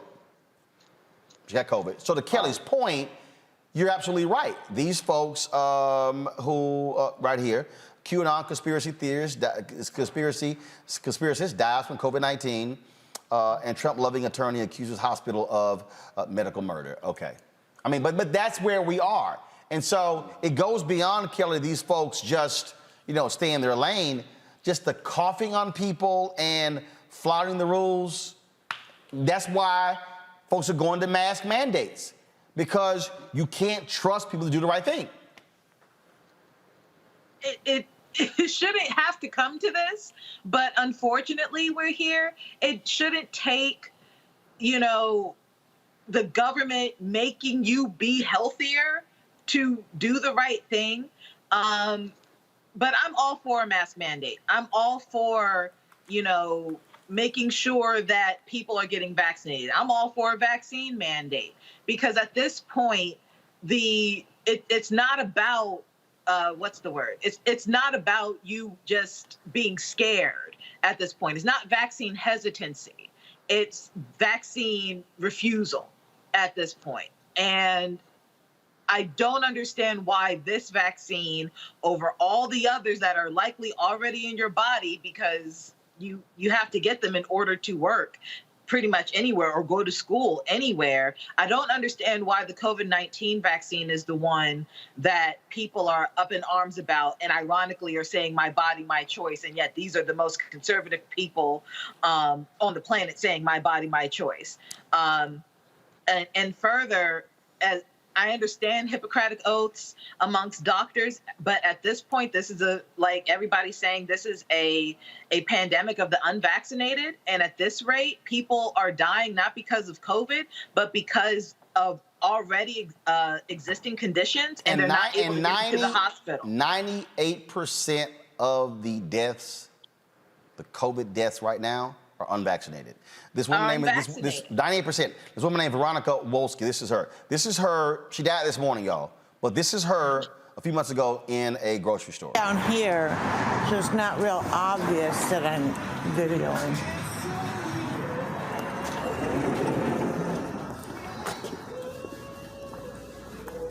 Hello. I have a face mask on, honey. And I have a medical exemption and a doctor's note. So I have, somebody sent me an email. Ma'am, I'm not helping you. I'll get the manager, please. I have a medical exemption. Down here, so it's not real obvious that First of all, you're dressed like Zorro. You play dumb games, you get dumb prizes. I'm sorry, you've got a mask over your eyes, but you don't want to wear a mask over your mouth. Congo, I'm sorry, but again, and I'm not trying to mock her, but she died this morning of COVID. It's wow, it's wow. Look, I'm picking up where Kelly was leaving off about how these ignorant folks who are out there not caring about people are making it hard for everyone else to be able to use these hospital beds. I saw a story in Alabama where a man was having cardiac arrest and tried to get into 43 different hospitals and couldn't get in and ended up dying. And so these guys are so ignorant, so rude, and so disrespectful. But now, and I'll never forget this, Roland. I guess the name I forget you had weeks ago, who said there's a difference between freedom and license. You know, you don't have the license to just do things to make other people sick and jeopardize other people's lives. And so it's unfortunate when anybody dies, we don't wish it upon anybody, but damn it, what the hell did you expect? And now you're at a point, so yes, we got to get these mandates going. New York kids are going back to school. How many of them are going to be shut down in a week? At least they have the mask mandates right now. But we also got to protect our children as well, man. And these folks just don't care, and this is what's going to happen. And so, yeah, we don't care that much about them. But look, they're affecting entire communities, and something has to be done. And Biden needs to step it up with the mandates, period, bottom line. And just one more thing, and it's a controversial opinion, but I'll say it anyway. I really do feel like if you are unvaccinated by choice and you contract COVID, you lose your right to get hospital care. Just off bat. Like, if you really had every avenue at your disposal to get this vaccine and you choose not to get it because of whatever reason, I don't think you should be getting medical care. You should not be getting a hospital bed. There are people who are having heart attacks still. Other diseases still exist. Cancer still exists. Emergencies still exist. And you put yourself at risk by not getting something that is not only free and available, but is literally created to save your life, and you opt out of it. You basically gave yourself a DNR by not getting the vaccine. So you should not be getting a hospital bed. So I feel like that should be taken into consideration as well by hospitals and doctors, because they are overwhelmed by people who are frankly being dumb. And it's not about shaming them. They are, objectively speaking, being dumb by not taking something that is for them. It does not make sense to me. And then we've got to deal with this silliness right here. Let me just hold on. I'm really trying, y'all. I'm really trying to deal. So Nicki Minaj is now trending because Nicki Minaj posted this on Twitter. My cousin in Trinidad won't get the vaccine because his friend got it and became impotent. His testicles became swollen. His friend was weeks away from getting married. Now the girl called off the wedding. So just pray on it and make sure you're not comfortable with your decision. Make sure you're comfortable with your decision, not bullied. 5,297 retweets, 41,100 quote tweets, 26,300 likes. Okay. Wow.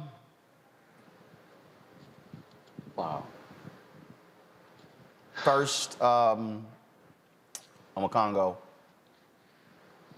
Your cousin actually believed that bullshit.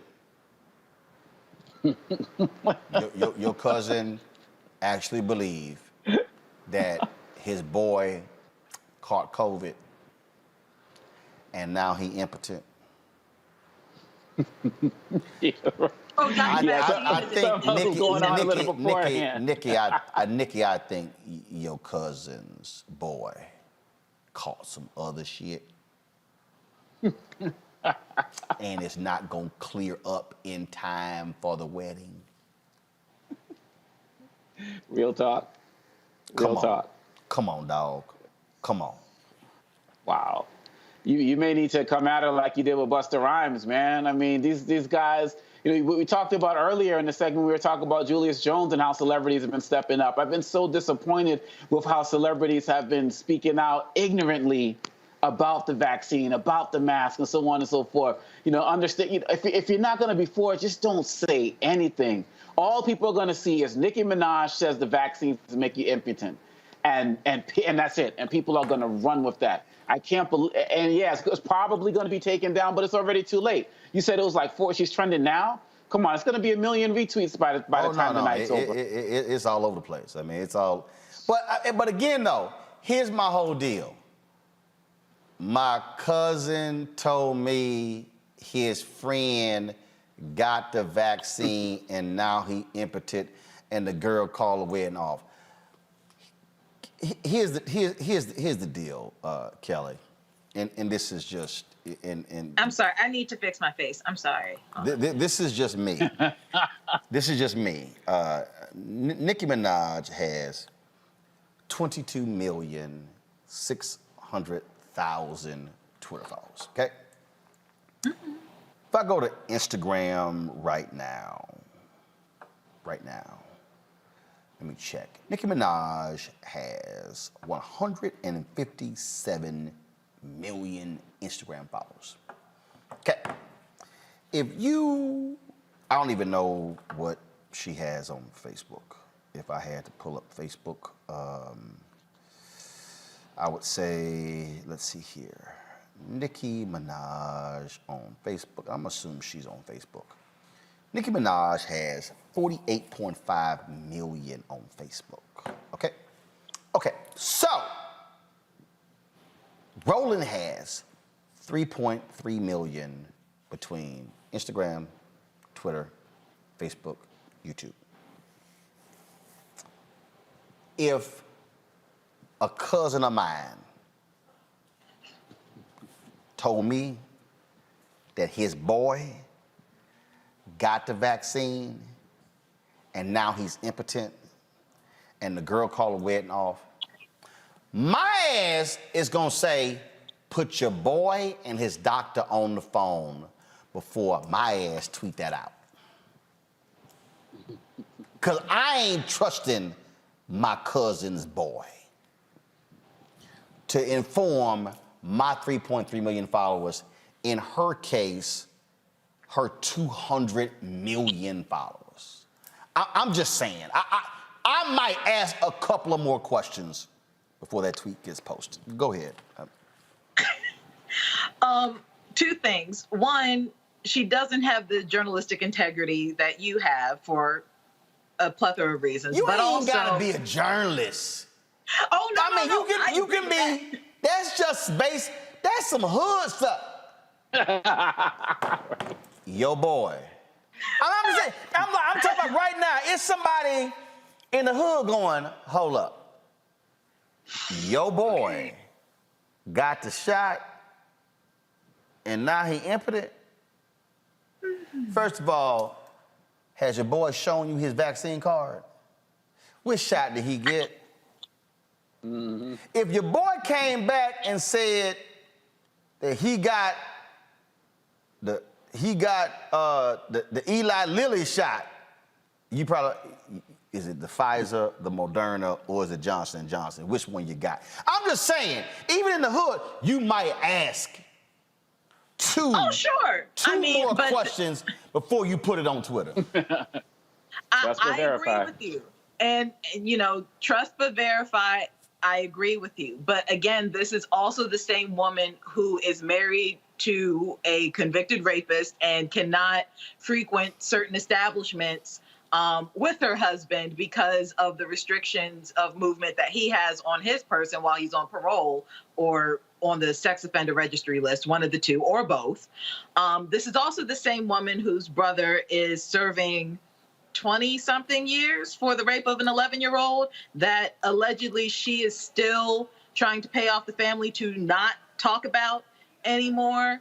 I say all that to say, even though it's not necessarily related, there's a couple tools missing in her toolbox in her noggin. So this does not surprise me that she would say such a thing.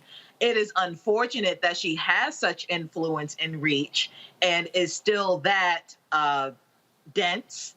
But here we are. Somebody on YouTube said that boy got that hot sauce. Y'all know.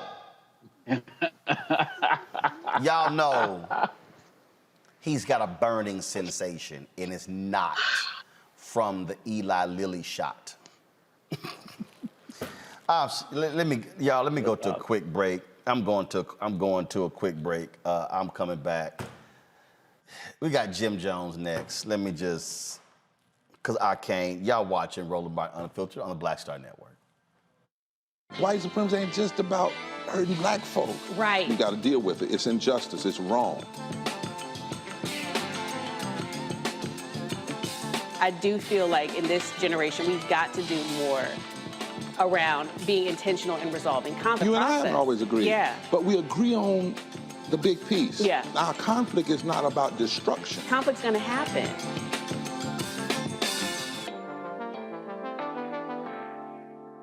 What's up, y'all? I'm Will Packard. Hello, Archbishop TDJ. What up, Lana Well, and you are watching Roland Martin Unfiltered.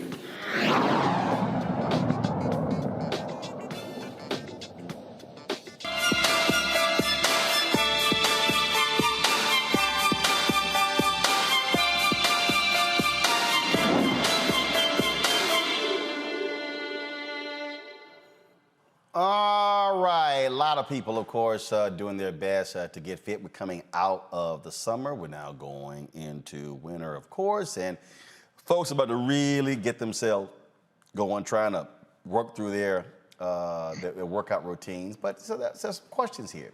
There's some people who are questioning, should they actually, what should they do?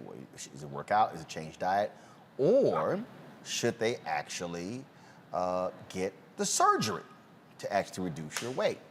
I was just joking on live stream a couple weeks ago with Pastor Jamal Bryant and Pastor William Murphy, also a singer. And Pastor Murphy has gone from I think he said in the video, 278 down to 225. And he said, look, I just couldn't do it as a result of weight loss and changing my diet. He said I had the surgery. And he also said people need to be open and honest if they have the surgery and don't front like they just lost it themselves. Watch this. Some of y'all don't know this, but I recently had a weight loss procedure. I went from 278 pounds to 225 pounds. Turn up, what? I'm about to come off of these diabetes pills, coming off these high blood pressure pills, and I will never have another battle with gout. So are you on liquids? You only on liquids? No, but I had to eat because I had to take medicine for the gout. Okay, so where are we now? This is where we at. And and get this, I'm eating salmon fillets, I'm eating eggs, and I'm eating sweet potatoes, and what else? Peppers and onions. All right, joining us right now is Jim Jones, of course, fitness guru. Jim, glad to have you on the show. First of all, I need to send a ticket to your house because that shot right now is really horrible. I don't know whether it's a cheap-ass computer camera you're using or whatever, but it looks foggy as hell. I mean... You got Roland. You switched over to Skype today. You know, you threw me off a little bit. We usually do the other, the Apple software. We're Skyping today, so I don't know what's going on, Roland, man. You do know they have Skype app on the phone. Yeah, for sure. I'm just saying. I just want to let you know it's a horrible ass shot. You look like it's foggy. I don't know what's going on. Yeah, me neither, Roland, man. I'm traveling right now. I'm not on my home Wi-Fi, so man, you gotta. Right. It's the Wi-Fi. No, it's the Wi-Fi. No, it was the vaccine. The vaccine. The vaccine, like. Yes. Oh, the vaccine has infected your computer, and it led to your raggedy ass picture. Okay, got it. All right. Exactly. Okay. Exactly. So let's talk about this here. So look, there are a lot of people who've actually had the surgery. What Murphy said was, he said, I tried. He said, I tried to do the dieting.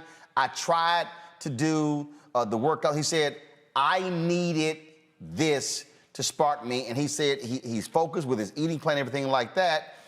And so just your thoughts on it. Yeah, so my thing is this, Roland. First of all, I'm not against the BBL, so I don't want people killing me. I'm not against it, but what I want people to know, when you get these weight loss surgeries, the real cost behind it, right? So, Roland, on average, they're about $6,000 for a BBL, the weight loss surgery, but people don't factor into it. If you don't change your lifestyle in 5 years, you're going to have to pay that $6,000 over and over again. So people, they're actually taking out a mortgage, right, Roland? If you don't make that lifestyle change, you're going to get that same weight loss surgery over and over again. And second, I tell people, more than likely, you don't know how to work out properly if you get the surgery, so you're going to have to hire a trainer or a fitness professional to show you how to work out. So that's another $5,000 a year. So people don't understand that after these surgeries, there's more cost to them. If you don't change your lifestyle, it's pointless to get the surgery. You'll be paying the bill over and over again, Roland. Well, but it's also educating people to say, look, if you get the surgery, you're still going to have to make eating adjustments in order to keep the weight off. Because if you start adding that weight, depending upon that surgery, it's going to show up in some other areas of your body. Absolutely, Roland. When people are understanding that, yes, you can get the surgery, but if you go back to your same lifestyle, if you don't make that lifestyle change, you're gonna be you just wasted that money, right? You'll see people, they'll get the surgery, like you said, Roland, they'll gain the weight and go places that it'll go back to places that you don't want it to go to. So eventually, you're going to have to go to that gym. You're going to have to change that diet. You cannot avoid the gym and the diet. You can delay it, but you cannot avoid it. And so that's all I want people to know. When you get these surgeries, these Brazilian butt lifts, these different weight loss surgeries, understand, you're still going to that gym, whether you like it or not. And you're still going to have to eat right, whether you like it or not, or you're going to be paying that bill over and over again, $6,000 every 3 years for the surgery. But I do want to talk about, though, that if you do have the surgery, and I take it you probably have had clients who've had the surgery. And let's just be honest. There are some people who that is the only option they have. And you know what? If you make that decision and say, I'm going to get that particular surgery, former Congressman Jesse Jackson Jr. And his sister, Santita Jackson, both of them had the particular surgery. I think, I remember former Congressman, he and I were having breakfast, and he was talking about, I think he had gotten up to 254. And he was just like, yo, I just couldn't. He was like, I had to have the surgery. And then after he did, intensive workouts, things along those lines. And so that is a reality, but there still is a plan that you're going to have to follow for the rest of your life after you have the surgery. Exactly, Roland. That's the thing. People don't understand. So what I always tell people is, contact a fitness professional before you get the surgery to kind of get that plan for that road back to recovery, so you know. I want people to really know that it's fine to get the surgery. I'm not against the surgery. I'm like you said, that's the only option for a lot of people. But the thing is, though, contact the fitness or health professional. Have a plan. Surgery with no plan, that's what I'm against, Roland. Now, surgery with a plan, I'm okay with it. But if you're just going to go to the surgery and not really have it mapped out how you're going to change your life, that's the problem I have. Questions from my panelists. Kelly first for Jim Jones. Yes. Sure. So, in full transparency, I am one of those people who had weight loss surgery. I had the gastric sleeve almost 10 years ago. And from my heaviest to my lowest, I lost like 130, 140 pounds. Have I gained all the weight back? No. Am I as small as I was? Also no. But there are factors at play with that. But at the same time, you still have, before you even get the surgery, one, you have to lose weight on your own before you get the surgery. And two, you have to go in with a plan. That includes a mental plan, being therapy, a physical plan, being the exercise, and you need a support team, all of those things. I guess my question to you is, when it comes to weight loss, anything, how do you think we can break up the stigma of weight loss surgery, not BBL, because that's more cosmetic, but like people who really actually needed it, because I needed it. Because I also have PCOS, and there are people out there who have underlying conditions where you so much as think of bread and you gain 5 pounds. So it's you know, how do you break the stigma of not only weight loss but weight maintaining? Absolutely. No, that's a great question. You know, I tell you, in the Black community, I think we got to focus on education, right? People go for BBLs. That's like at the forefront of when people think of surgery. But like you said, there's healthy weight loss surgery. So what we have to do is educate people, right? And I tell people, get on social media. Those people who are just popping back out saying they lost the weight, they went in the gym, that's a false narrative, right? So I try to just drill down on the education. Like, listen, there are different types of, like you said, different types of surgery. Let's get away from the BBLs, right? Because that's looked at as a quick fix. But let's look at, like you said, the weight loss surgery that you had that a lot of people should get and have a plan, right? So we just got to just focus on education and changing that Instagram narrative, right? I think that social media sometimes can taint our community and have us focus on the wrong thing. Makongo. So keeping it in the social media realm, because you're out there crushing it in that world as well, I want to ask about the young kids, right, who are seeing some of their celebrities and the like coming out looking a particular way, not knowing that they had that type of surgeries. Do you think that it's an obligation on people out there who are influencers to speak openly about it? Because some of them are just coming out with this look as if they did it all on their own, and maybe they can share some lessons with young people about this. What are your thoughts on that? Yeah, so my thoughts are, I think with the surgery, like I said, we got to have full transparency. Like I said, there's nothing wrong with it, right? So I think that we have to get to a space within the Black community where it's looked at to be comfortable to talk about surgery, right? I think people do it now. They kind of do it like it's a magic trick, like, oh, here I am, I'm popping back out. I'm back out here, you know, I'm back outside, new body, new me. But it's okay to be transparent. Let people know, because this is the thing. If we don't have the education and we're not giving the youth the truth on that, they're going to think that they can just go get a quick BBL, pop out, you know, get Instagram followers or be liked or be accepted. So I think, like you said, it's just like mental health. There's got to be full transparency with people who've had surgery, right? And people who have had it are going to have to come out and say, like, hey, you know, when I had the surgery, this is how I did it, but I have a plan, right? And be kind of realistic about the recovery. All right, Jim Jones, let people reach you.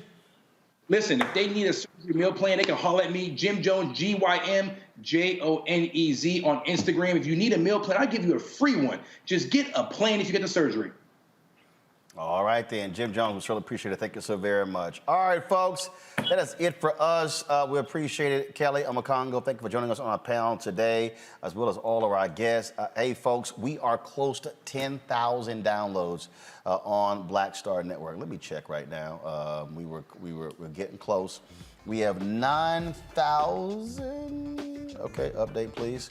9,643. So actually, let me update. 9,672. So we are 328 away from hitting 10,000. If you have not downloaded the Black Star Network app, please do so. You can download it to your Apple phone, your Android phone, of course, also Apple TV. And then you have, of course, Android TV. Then you have, of course, Roku, Fire Stick, Fire TV, Xbox One, and your Samsung Smart TV as well. We also want you to please support what we do here at Roland Martin Unfiltered. We, of course, are always bringing you interesting and unique things. Tomorrow I'm going to be in Atlanta. There's a group of Black men who meet annually. Who meet monthly, and so they want me to address them. But we're going to actually broadcast the show with them. And so former mayors, also head of MARTA, John Hope Bryant, Operation Hope. So we're going to have this black male conversation tomorrow on a variety of issues right here on Roland Martin Unfiltered.